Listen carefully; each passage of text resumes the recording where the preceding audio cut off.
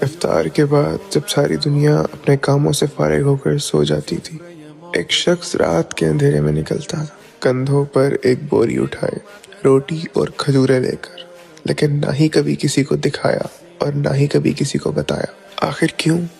تاکہ وہ یتیموں کو کھانا کھلا سکے، تاکہ وہ ان کے باپ بن سکے اور کوئی یتیم بھوکا نہ سوئے۔ اور پتہ ہے، وہ شخص روز آتا تھا، چپکے سے کھانا رکھ کر واپس چلا جاتا تھا، کسی کو کبھی محسوس بھی نہ ہونے دیا کہ یہ کون ہے۔